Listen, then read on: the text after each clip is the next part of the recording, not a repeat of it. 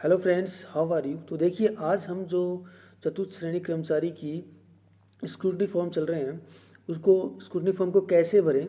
ठीक है, तो जैसे आप देख पा रहे हो कि मैं सामने स्क्रूटनी फॉर्म खुला हुआ है, तो इसको हम कैसे भरेंगे इसके बारे में हम देखेंगे।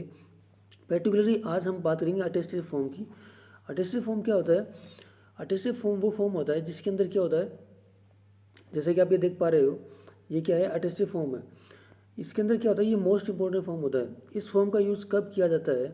इस फॉर्म का यूज किया जाता है जब आपकी ज्वाइनिंग होती है, यानी डीवी के टाइम पर अगर विभाग क्या करता है कि पुलिस वेरिफिकेशन करवाता है, तो वो इस फॉर्मेट का यूज़ करता है। इसको वो जो आपका जो भी नज़दीकी पुलिस थाना है, वहाँ पर वो भेजता है पुलिस वेरिफिकेशन के लिए, तो इस फॉर्मेट को भेजता है। तो वेरी इंपॉर्टेंट है, इसको हमें बहुत सावधानीपूर्वक भरना होता है। और क्या क्या सावधानी इस पर रखनी है, कैसे हमें भरना है, वो मैं आपको आज सबको बताऊंगा। ठीक है, क्योंकि मैंने काफ़ी स्क्रूटनी फॉर्म भरे हैं, काफ़ी डीवी करवाए हैं, तो मैं अपना एक्सपीरियंस बताऊंगा ताकि आपको कोई वहाँ पर कोई प्रॉब्लम फेस ना हो। क्योंकि कई बार क्या होता है कि वो अगर कुछ कमी होती है तो बोलते हैं दोबारा बना के लाओ, तो काफ़ी दिक्कत होती है वहाँ पर, क्योंकि वहाँ पर इजीली बन नहीं सकता फिर। ठीक है, साइन कहाँ से कराओगे आप इसके ऊपर। तो देखिए, सबसे पहले आपको यहाँ पर क्या करना है, आपकी फ़ोटो लगानी है। ठीक है, जैसे यहाँ पर आपने फ़ोटो लगा दी, तो उसके ऊपर साइन करना है। जैसे मैं लिखूँ राकेश, ठीक है, तो ऐसे क्रॉस साइन करनी है राकेश कुमार उस फोटो के ऊपर। ठीक है, यहाँ पर आपका नाम आ जाएगा। ठीक है, नाम लिख दोगे आप, फिर सरनेम आ जाएगा।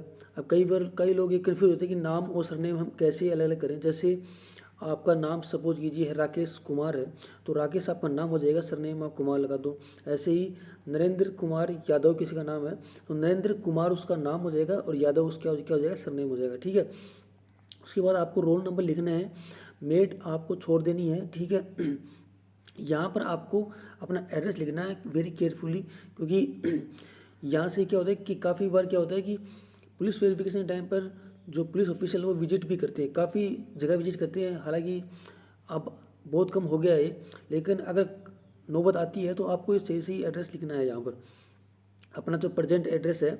ठीक है, उसमें आपका आपका हाउस नंबर है तो कोई हाउस नंबर लिख देना है, या स्ट्रीट यानी गली का कोई नाम है तो वो लिख देना है। आपको कोई रोड है जो आपके घर के पास पड़ती है तो उसका उसको लिख देना है, या विलेज, आपका विलेज का नाम लिख देना। थाना वेरी इंपॉर्टेंट, आपको थाना लिखना है, जो भी आपका नज़दीकी थाना लगता हो उसको आपको यहाँ लिखना है। तहसील लिखनी है और डिस्ट्रिक्ट लिखनी है। ठीक है, यहाँ पर आप विलेज लिख देंगे, डिस्ट्रिक्ट लिख देंगे, और यहाँ पिन कोड भी आपको लिखना है। ठीक है, उसके आगे ये एक और एड्रेस होता है, होम एड्रेस। यानी एक्चुअल में आप कई बार क्या होता है कि काफ़ी लोग होते हैं जो जॉब कर रहे होते हैं, उनका घर का एड्रेस अलग होता है, और कहीं और रह रहे होते हैं वो अलग होता है। ठीक है, तो वो तो वहाँ पर जहाँ पर रह रहे हैं फिलहाल वो एड्रेस लिख देंगे, तो यहाँ पर अपना होम एड्रेस लिख देंगे। काफ़ी लोग ऐसे हैं जो एक ही जगह पर रह रहे हैं, तो वो दोनों जगह सेम एड्रेस लिख सकते हैं। ठीक है, यहाँ पर इसे बोल रहा है कि particular of place where you have resided for more than 1 year during the preceding 5 year.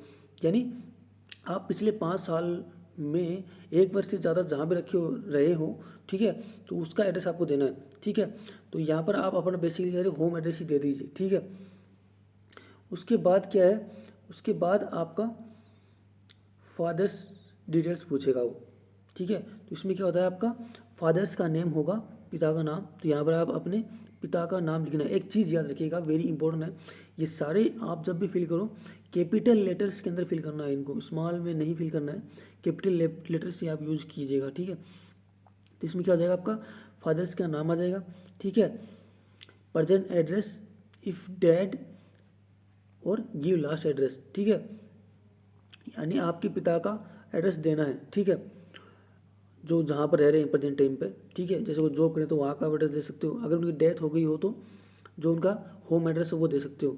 ठीक है, यहाँ पर उनका परमानेंट एड्रेस देना है, यानी घर का एड्रेस देना है जो आपका और पापा का सेम होगा, तो यहाँ पर आप लिख सकते हैं। उनका प्रोफेशन क्या है, वो कोई गवर्नमेंट सर्वेंट है, या फिर वो कोई लेबर करते हैं, मजदूर हैं तो आप लेबर लिख दीजिए। ठीक है, किसान है तो आप फार्मर लिख दीजिए यहाँ पर। ठीक है, ये आपको छोड़ देना है। इन सर्विस डिजिग्नेशन, अगर किसी वो सर्विस में है जैसे गवर्नमेंट जॉब के अंदर, तो वहाँ पर उनका पोस्ट नेम भी लें, किस पोस्ट के ऊपर है वो। ठीक है, यानी जिनके हैं उन्हीं के लिए लागू है, जिनके नहीं हैं वो यहाँ पर इसको छोड़ देंगे इस फॉर्म को। ठीक है। जैसे फादर आपको इंडियन है तो यहाँ पे आपका पोस्ट आपको वैसे टिक लगा देना है, इंडियन है। ठीक है, मदर भी इंडियन है तो यहाँ पे टिक लगा देना है आपको। हस्बैंड या जिसके शादी हुई है अगर वो फीमेल है तो उनके भी यहाँ पर टिक लगा देना है। वाइफ है अगर किसी शादी हुई है तो उनकी पत्नी भी अगर इंडियन है, इंडियन ही होगी तो वहाँ पर आपको टिक लगा देना है, इनके बाद में ऐसे टिक लगा देना है। ठीक है, इसके बाद आपको क्या भरना है, इसके बाद आपको भरना है place of birth with full details, यानी आपकी जो प्लेस ऑफ बर्थ है, आपका जन्म कहाँ हुआ है, वहाँ का आपको क्या भरना है,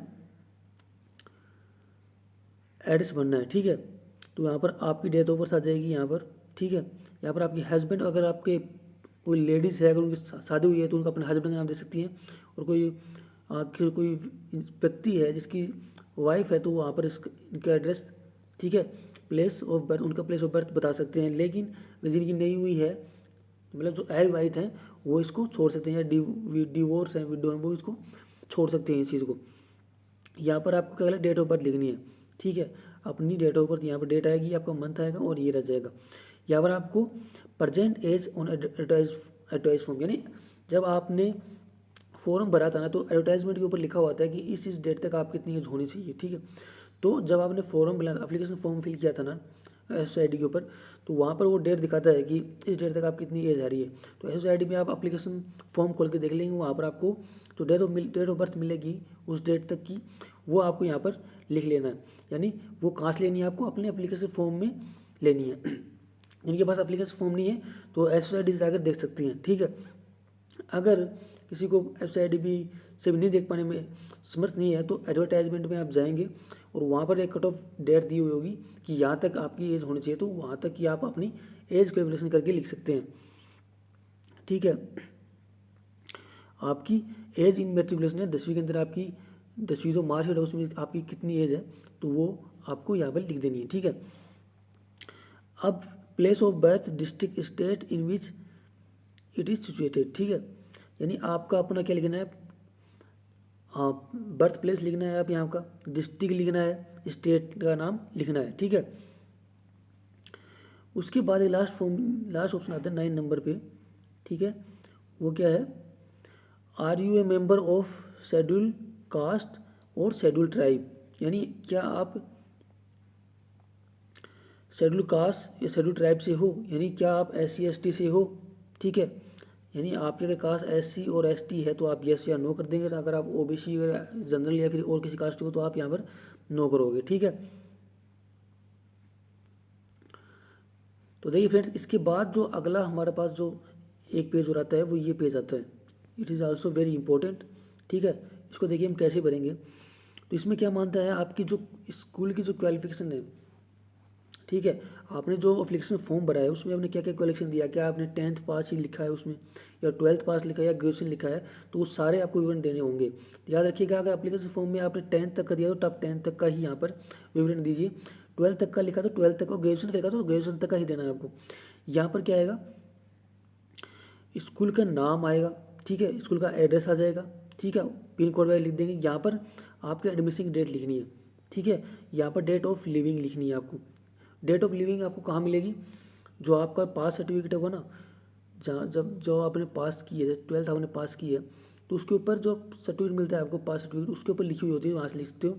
और उसी टाइम पे स्कूल का नाम भी, या फिर कॉलेज है तो कॉलेज का नाम भी उसके ऊपर लिखा हुआ, तो यहाँ से आप वहाँ से देख के यहाँ पर लिख सकते हो। यहाँ पर आपको लिखना है, जैसे पहले आपने डिटेल फिल करो तो यहाँ पर लिख दोगे आप 10th। ठीक है, सेकंड नंबर आप डिटेल फिल करो तो यहाँ पर लिख दोगे आप 12th। ठीक है, यहाँ पर आप लिख सकते हो ग्रेजुएशन, 3rd नंबर पर फिल करोगे, ऐसे लिखना है आपको। और वैसे ही सारी डेट ऑफ एंट्री, यानी कब आपने एडमिशन लिया और कब आपने पास आउट की, डेट ऑफ लिविंग यानी कब आपने पास आउट की। कई लोगों को क्या होता है कि यहाँ पर डेट ऑफ एंट्री नहीं याद रहती, तो आप लिख सकते हो गेस करके, वैसे भी कोई ज़्यादा इसमें नहीं होता है। ठीक है, ये सब फिल करने के बाद आपके पास एक ऑप्शन आता है ये वाला, इसमें होता है कि if you have at any time employed give details, यानी आपने कभी कहीं जॉब की है तो उसकी आपको डिटेल देना है। ठीक है, अगर मैं मानता हूँ कि आपने इससे पहले गवर्नमेंट जॉब की नहीं, तभी आपने 4th ग्रेड का एग्ज़ाम दिया है, तो यहाँ पर आप इसको खाली छोड़ दिए, यहाँ पर लिख दीजिए आप नील लिख के, और इसको ऐसे करके छोड़ दीजिएगा यहाँ पर। ठीक है, उसके बाद ये आता है कि have you ever been convicted by a court और any offence if the answer is yes, full particular of the conviction and sentence should be given. तो यहाँ पर आपको क्या करना है, तो यहाँ पर अगर आपको कभी जेल हुई हुई है, ठीक है, आपको कन्विक्ट किया हुआ है किसी केस के अंदर, तो आपको यस लिखना है, वरना नो लिख देना है आपको, ठीक है। यहाँ पर आपको दो ऐसे व्यक्तियों के नाम देने हैं जिनको आप जानते हो, ठीक है, यानी कोई भी नाम लिख दो, जैसे मैंने लिख दिया राकेश लिख दिया या फिर नरेश लिख दिया, यानी जो भी आपके आसपास के लोग हैं उसके आप नाम लिखने हैं आपको ओनली, ठीक है। उसके बाद यहाँ पर आपको क्या करना है, अपना सिग्नेचर करने हैं, ठीक है। यहाँ पर डेट लिख डालनी है, वो यहाँ पर प्लेस डालना है कि आप कौन से सबसे आपका गाँव, जो आपका गाँव का नाम है वो डाल देना है आपको यहाँ पर प्लेस के स्थान पर। यहाँ पर भी क्या होता है, ये वाली डिटेल वो भरेंगे जहाँ से आप साइन करवाओगे। तो सबसे ये है वेरी इंपॉर्टेंट, यहाँ पर आपको सिग्नेचर करवानी है और मोहर लगवानी है, आपको सील लगवानी है, ठीक है, किसकी, गजेटेड ऑफिसर की। तो इसमें आप किस किसकी लिखवा सकते हो, कोई भी व्याख्याता है उसके लिखवा सकते हो, कोई लेक्चरर है उसके लिखवा सकते हो, या फिर जिसके पास भी सपोज सील मिले, ठीक है, जैसे आप कोई चिकित्सा अधिकारी डॉक्टर के लिखवा सकते हो, ठीक है। वो अपना प्लेस डाल देगा, डेट डाल देगा और आपका क्या हो जाएगा, अटेस्टेड फॉर्म कंप्लीट हो जाएगा। तो इसको अच्छे से केयरफुली भरना है, कोई काट पीट ना हो आपसे, ठीक है। और क्या करना है आपको, इसको कैपिटल लेटर में भरना है पूरे फॉर्म को, इस चीज़ को आप याद रखिएगा।